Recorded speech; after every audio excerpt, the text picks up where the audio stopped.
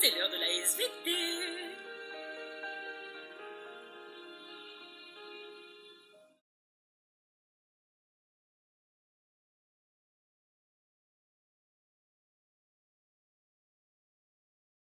Ah bah j'ai inscrit en B328 Ah. en TP pour les premières. Un petit épée de Noël, ça fait toujours du bien. Bon, Ah t'as bien ouais. écrit au moins de la Ah salle. oui, oui, c'est bon. Bon, nickel. Ah bah ça marche pas. T'as pas la bonne clé? Bah pourtant, je crois bien. Bah, c'est important dans la vie d'avoir la bonne clé, hein, quand même. Et tu sais, ça me fait penser à un truc.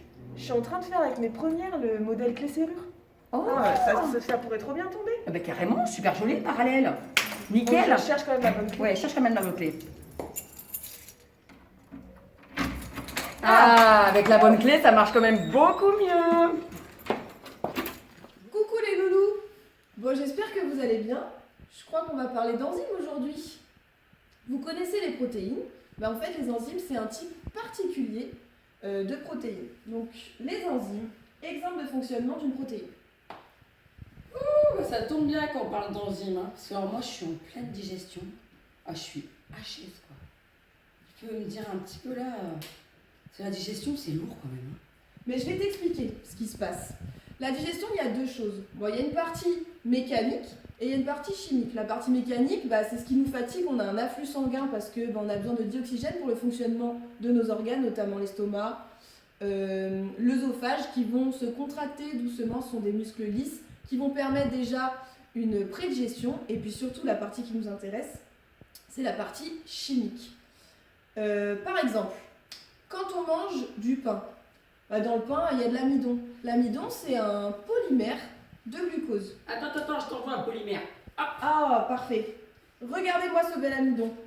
Donc l'amidon, comme je vous disais, c'est un polymère de glucose. Donc imaginez qu'une petite boule, chaque petite boule est un glucose. Ok ?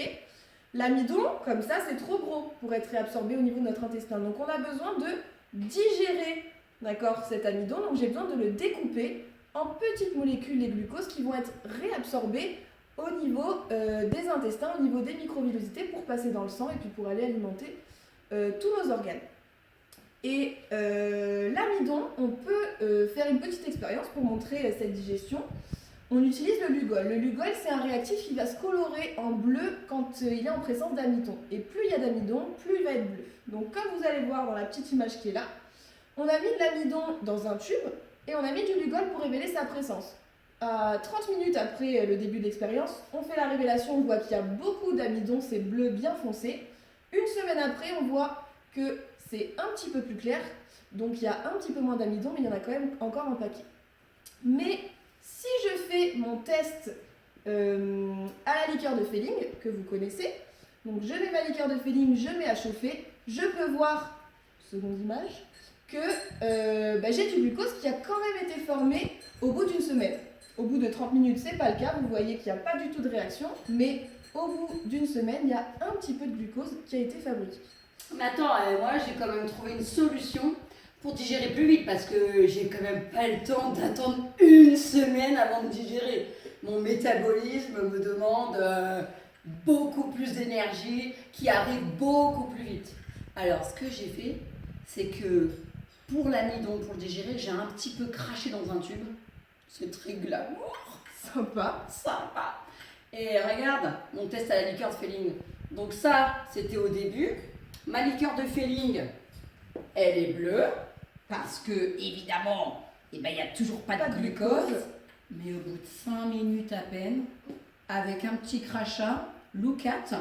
T'as accéléré la réaction. Exactement, là j'ai du glucose, donc j'ai découpé mon amidon. Mais ça, t'as accéléré la réaction, donc en fait ça existe en chimie. Ouais. C'est un catalyseur. Ah oui, mais là, nous, en biologie, on est toujours plus fort que tout le monde. Nous, ce sont des Catalyseur. La classe. Mais dis-moi, tu nous expliques du coup l'histoire des biocatalyseurs ? Ouais. Alors, les biocatalyseurs sont encore plus forts que les catalyseurs qu'on va voir en chimie.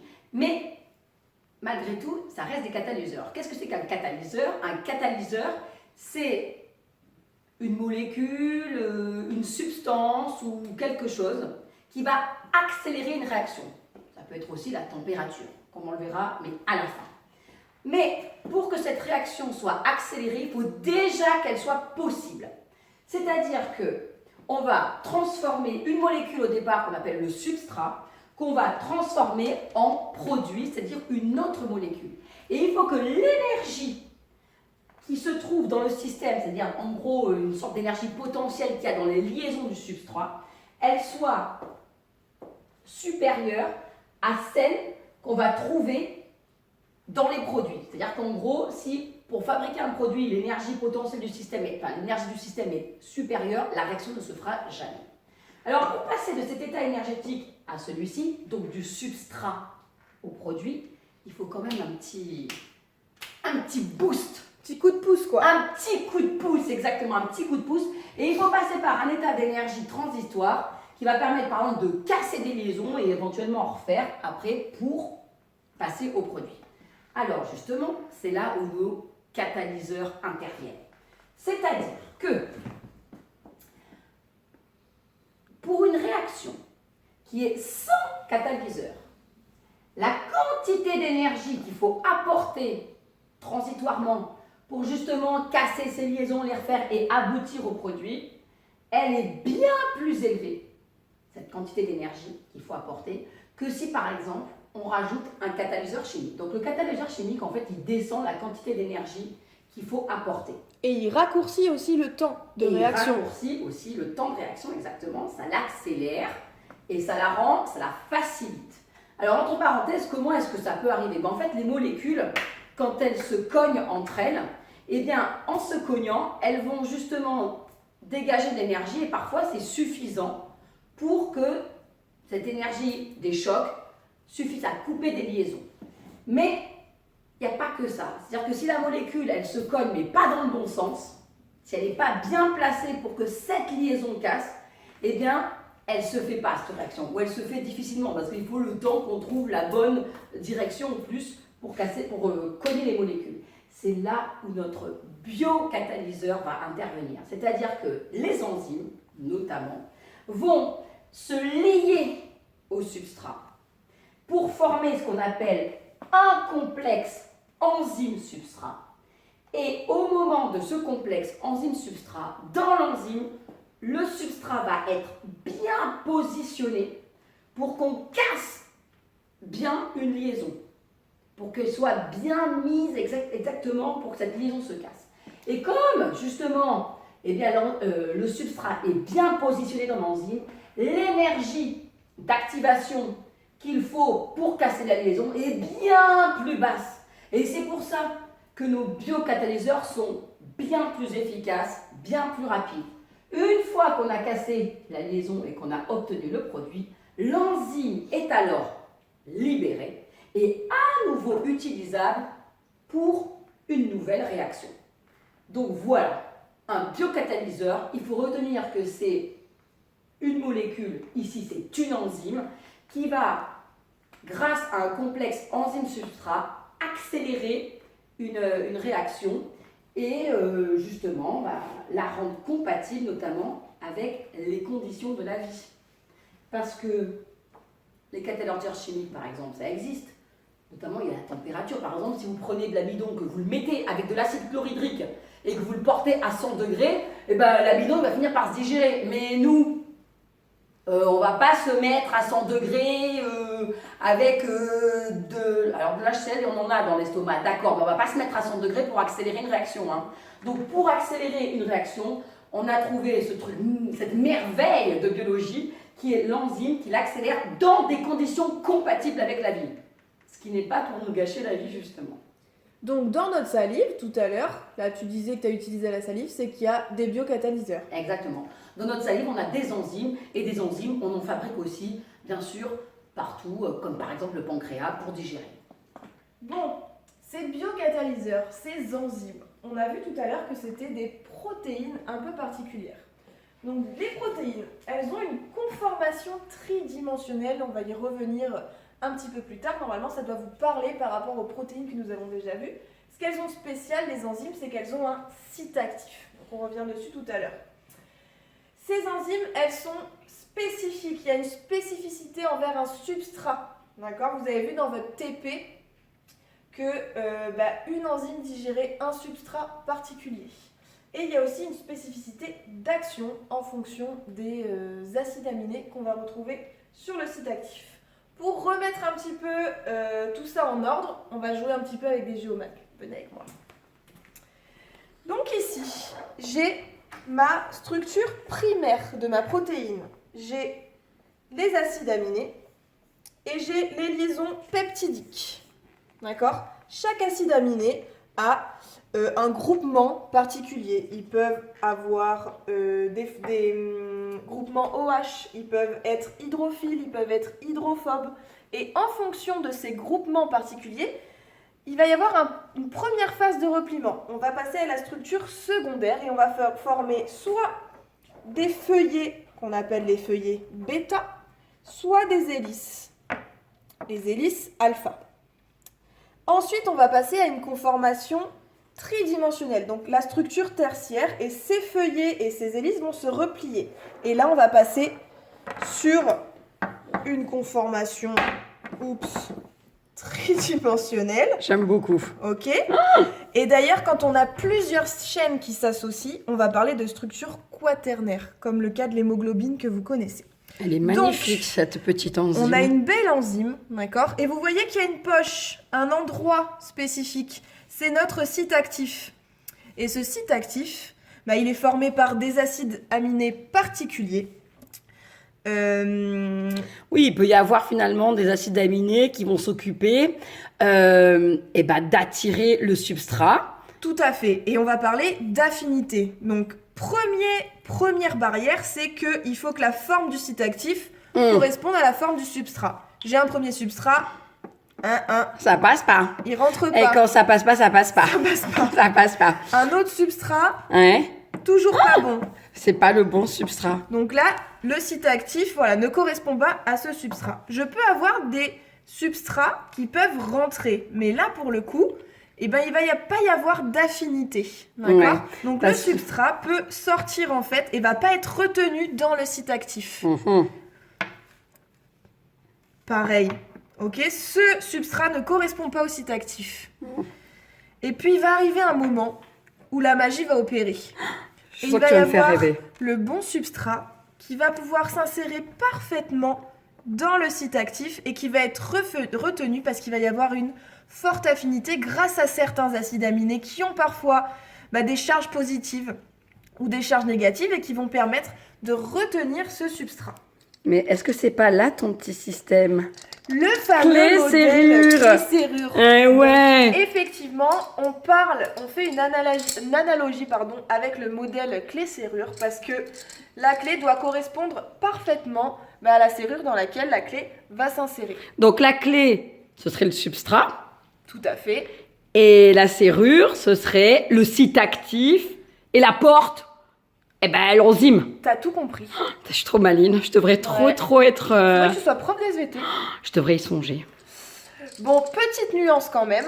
Ce modèle-là, on va le retenir pour vous, mais en vrai de vrai, l'enzyme, elle est un petit peu mobile, d'accord ? Et elle va en fait changer un petit peu de conformation et on va avoir fermeture du site actif pour retenir le substrat. Et là, on va avoir la spécificité d'action dont je vous parlais tout à l'heure. Il y a certains acides aminés, qui vont être chargés de casser, de faire une hydrolyse par exemple de ce substrat.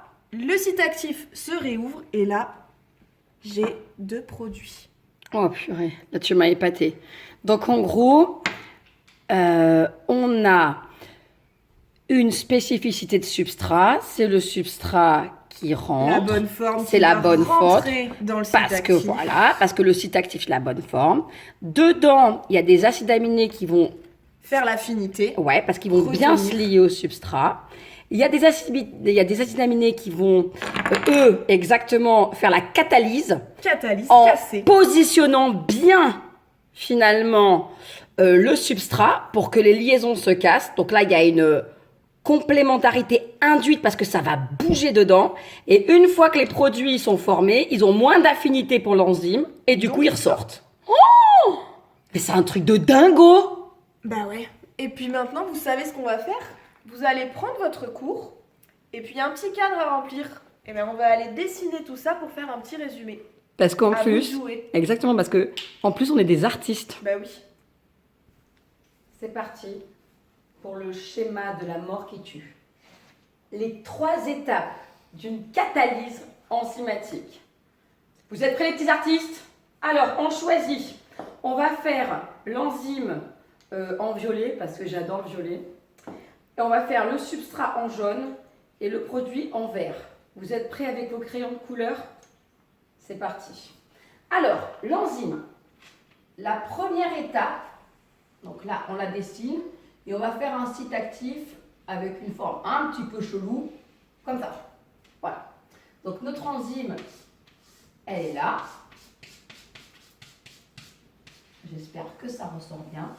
Et la première étape, ça va être la liaison entre l'enzyme et le substrat. Donc, je vais la marquer. Liaison enzyme-substrat. 1. Liaison enzyme-substrat. Donc, c'est là qu'intervient la spécificité de l'enzyme pour son substrat. Ce n'est pas n'importe quel substrat qui va pouvoir se fixer. Il faut qu'il y ait une complémentarité. C'est notre petit système clé-serrure. Donc, le substrat, on va lui faire une forme comme ça. Le voilà. Hop. Donc, substrat, enzyme. Voilà. Alors, cette enzyme, elle a ici un site actif. C'est tout ça, hein, le site actif. Et dans ce site actif, il y a des acides aminés qui ont des rôles bien plus importants que les autres. Ces acides aminés, ce sont notamment les acides aminés qui vont être responsables de la liaison. Alors, je vais les faire en bleu, je crois. C'est ça? Oui. Donc là, par exemple, celui-ci, un là, un là, un là. Je vais mettre la légende en dessous et je vais mettre acide aminé de liaison.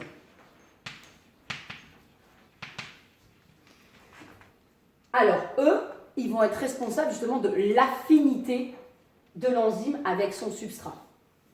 Il faut qu'il y ait une bonne affinité pour que le substrat soit retenu. Ensuite, dans le site catalytique, vous allez aussi trouver les acides aminés qui vont être, eux, responsables de l'action de l'enzyme, c'est-à-dire de la catalyse. On va les faire en rouge.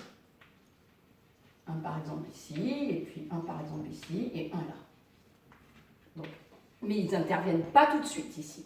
Donc là, on va mettre acide aminé de catalyse, enfin responsable de la catalyse. Donc notre substrat va venir se placer dans le site actif et on arrive dans notre deuxième étape. La deuxième étape, c'est le complexe enzyme-substrat. Complexe enzyme-substrat. Alors, on refait notre enzyme avec son site actif, avec une forme un petit peu chelou. Dedans, on vient placer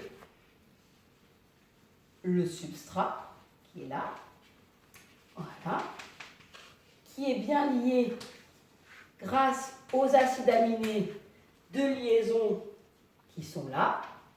Hop, hop. Et là, du coup, on va même l'agrandir un petit peu pour montrer que, voilà, c'est bien lié. Pour l'instant, la catalyse n'a pas encore eu lieu. Mais surtout, ce qu'on va aussi rajouter, c'est que c'est ce moment-là où on a une complémentarité induite. C'est-à-dire qu'en gros, l'enzyme va quand même un peu changer de forme, par exemple. Et le site catalytique va au moins partiellement se fermer. Donc là, je mets des petites flèches ici pour montrer que ce site se referme. Le substrat est donc positionné grâce aux mouvements qui ont lieu dans l'enzyme, parce que les acides aminés font des mouvements justement dans l'enzyme, ce qui permet de bien positionner le substrat. Et c'est maintenant que les acides aminés de catalyse vont rentrer en action et pouvoir découper mon enzyme.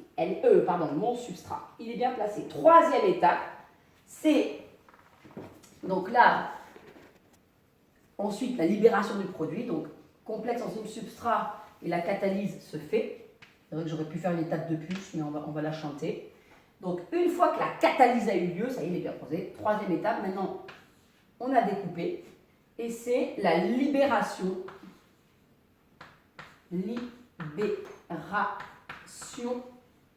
du substrat, donc du produit. Si je me mets à raconter n'importe quoi, on n'est pas sorti du sable. Donc on va redessiner notre petite enzyme qui a exactement la même tête qu'au début, parce que du coup mon enzyme maintenant elle est à nouveau disponible, elle a exactement la même forme, elle n'a pas changé. Donc voilà, et elle va pouvoir aller se relier à un autre substrat et le cycle catalytique va pouvoir à nouveau se faire. Pendant ce temps, vu que mon substrat a été coupé, par exemple dans le cas d'une enzyme digestive, eh bien il libère deux produits. Alors j'avais dit que les produits, ils étaient en vert. Hop, on sort. Donc j'ai vais avoir un produit comme ça, par exemple. C'est une molécule nouvelle et l'autre, comme ça, voilà. Là, j'ai deux produits. Parfois, il n'y a pas deux produits. Parfois, il n'y en a qu'un. C'est juste que le produit est quand même légèrement différent du substrat. Donc là, ce sont les produits. On va les marquer en vert, ici. Et voilà, on a fini notre cycle. Est-ce que j'ai oublié quelque chose? Je crois qu'on est bien là. On est pas mal du tout. On est pas mal du tout. Et ça, on retient par cœur, à vie. Genre enzyme, bam, le schéma qui vient direct. Je compte sur vous.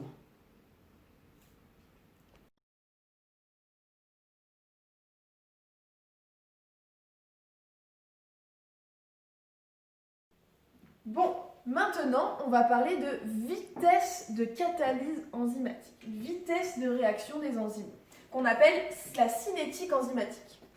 Et pour augmenter cette vitesse de catalyse, on peut jouer sur deux paramètres différents. Soit on augmente la concentration en enzyme, soit on augmente la concentration en substrat. On commence par analyser l'augmentation de la concentration en enzyme. Donc, on a un graphique de l'évolution de la concentration de produits en fonction du temps. Et on a trois courbes différentes. En 1, on a une concentration d'enzyme très importante. En 2, une concentration d'enzyme intermédiaire. Et en 3, une concentration d'enzyme plus faible. Qu'est-ce que vous constatez? Que quand on a une concentration en enzyme qui est très importante, on a une formation de produits, une concentration en produit qui va augmenter beaucoup plus rapidement que dans le cas d'une concentration plus faible. Okay? Jusqu'ici, c'est logique. Plus il y a d'enzymes, plus on va former de produits, plus elles vont pouvoir récupérer des substrats et former des produits. Donc on a une concentration en produits qui augmente. Et on peut calculer ces vitesses de réaction. Pour ça, j'ai besoin d'un outil que j'aime beaucoup. Très technique cet outil. La règle. Waouh. Il y en a certains qui n'aiment pas trop. Ouais, mais moi je trouve que c'est. Ouais. Bon. Mais je trouve qu'elle est très belle en plus. Très important. Qu'est-ce que je fais? Je vais faire des tangentes à l'origine. Donc, je passe par l'origine. Alors attends, je me rapproche pour bien qu'on voit. Attention et attention. Donc, je passe par l'origine et il y a un point qui passe par ma courbe. Ok? Et je trace. Oups, j'ai un peu bougé. Non, ça va, ça passe crème. J'ai ma première tangente. Ok? Je fais la deuxième. Vous pouvez le faire en même temps sur votre cours. Car vous avez la petite courbe aussi. Eh oui. Avec des valeurs, celle-là. Hop. Et la dernière.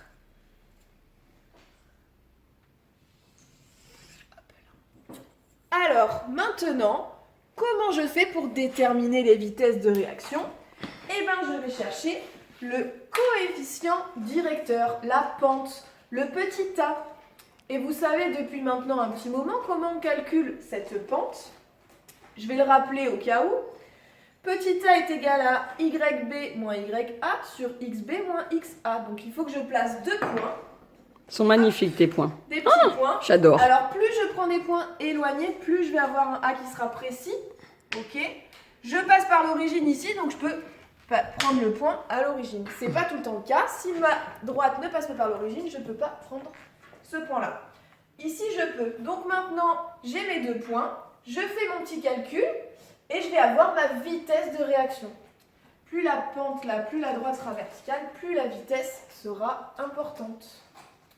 Donc j'ai bien, en augmentant ma concentration en enzyme, donc là une concentration importante, une vitesse initiale de réaction, VI pour vitesse initiale, qui sera plus importante. Jusque-là, tout est clair. J'espère que c'est clair pour vous.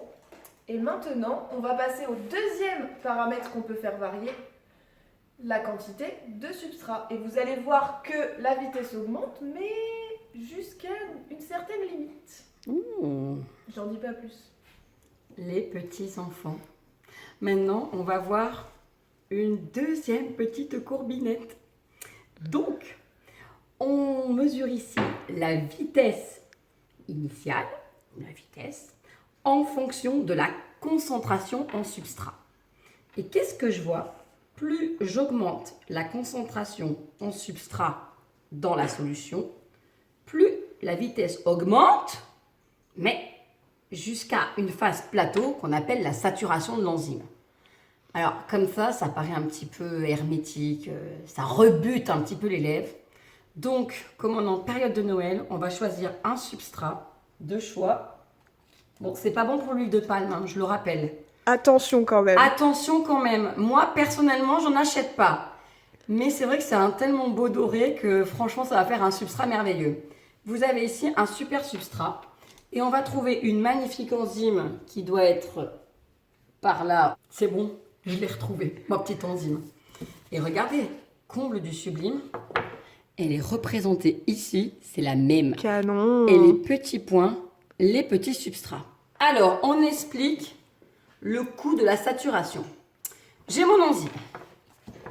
Alors, si par exemple, j'ai 3 molécules de substrat et qui sont éparpillées, donc une concentration peu élevée dans ma solution.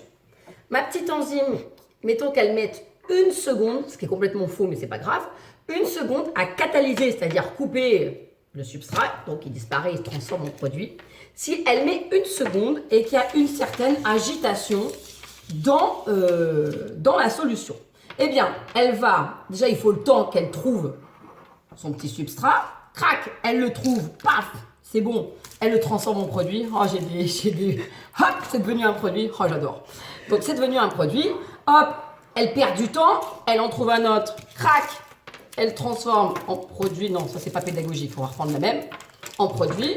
Elle cherche, elle en trouve un autre. Hop, elle le transforme en produit.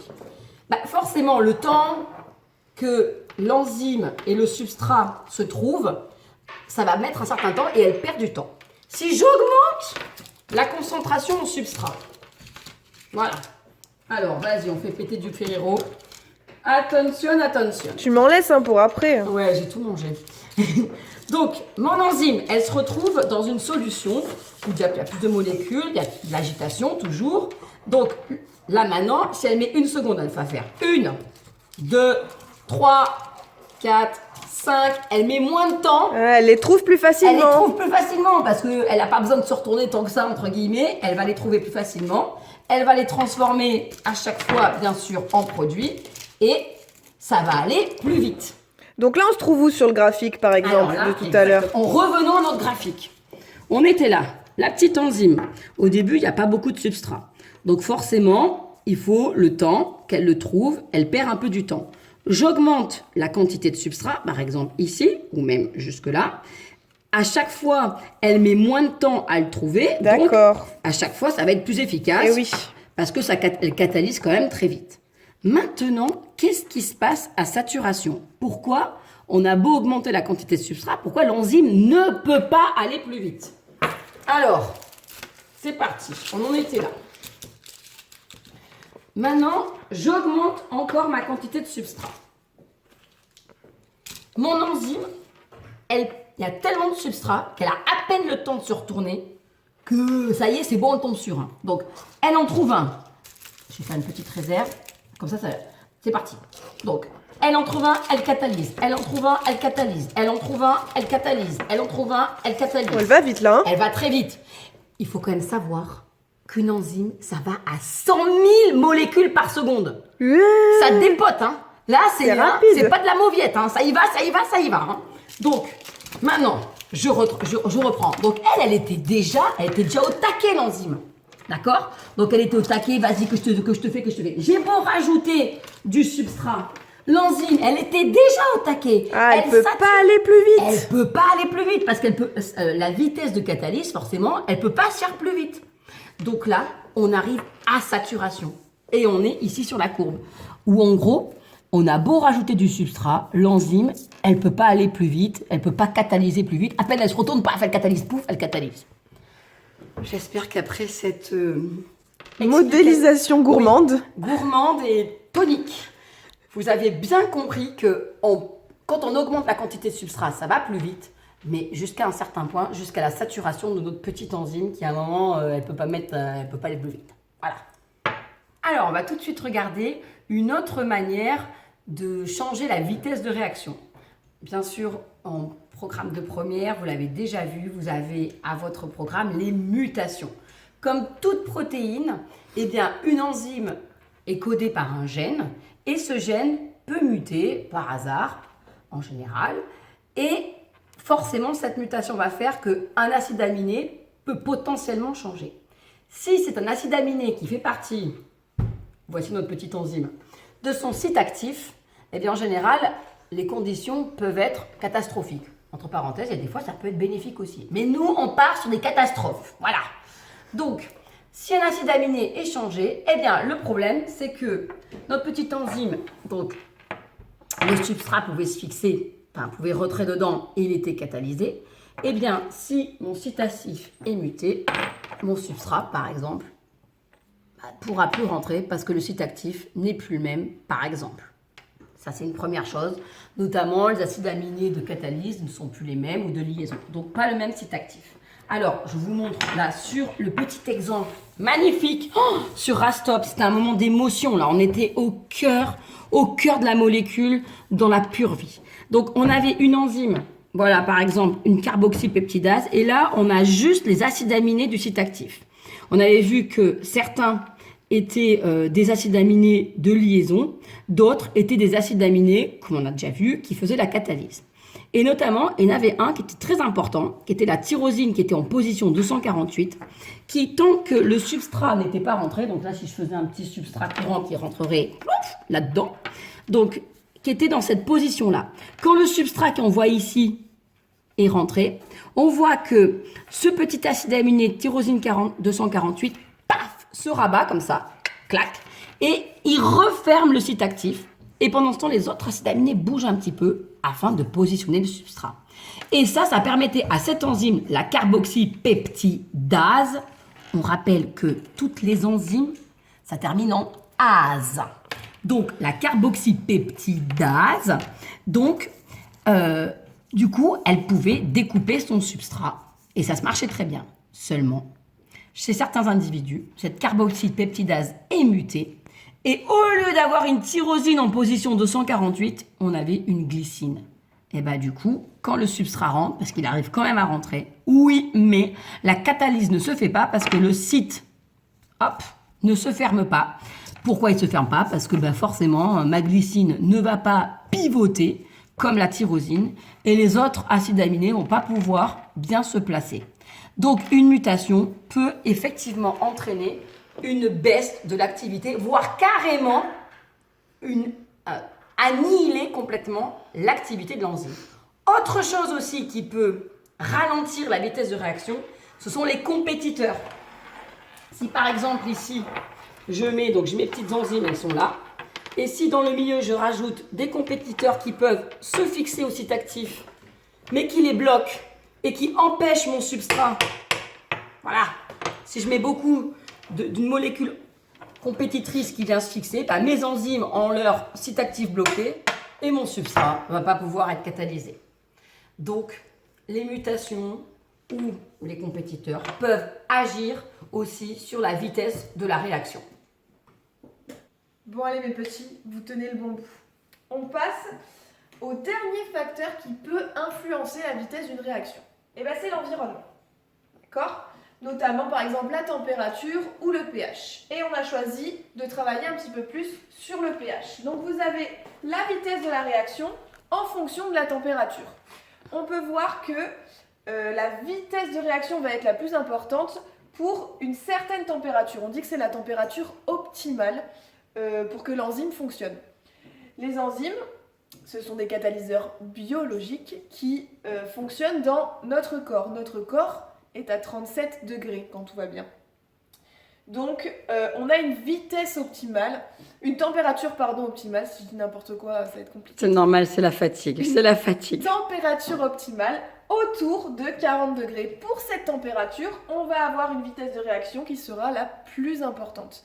Si la température est plus faible, on voit que la vitesse est moins importante. Pourquoi ?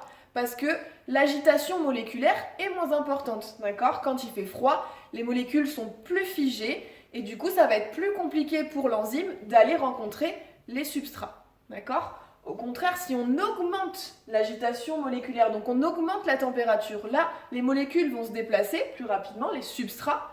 Sauf qu'à un certain moment, s'il fait trop chaud, on va dénaturer l'enzyme, c'est-à-dire qu'on va la détruire. Elle va cuire. Elle va cuire. Complète. Voilà, et elle ne pourra plus nous aider à digérer, par exemple. En général, quand on cuit l'enzyme, c'est qu'on est bien cuit nous aussi. Ouais, c'est pas bon signe. D'accord ? Donc, une température optimale autour de 40 degrés Celsius pour les biocatalyseurs.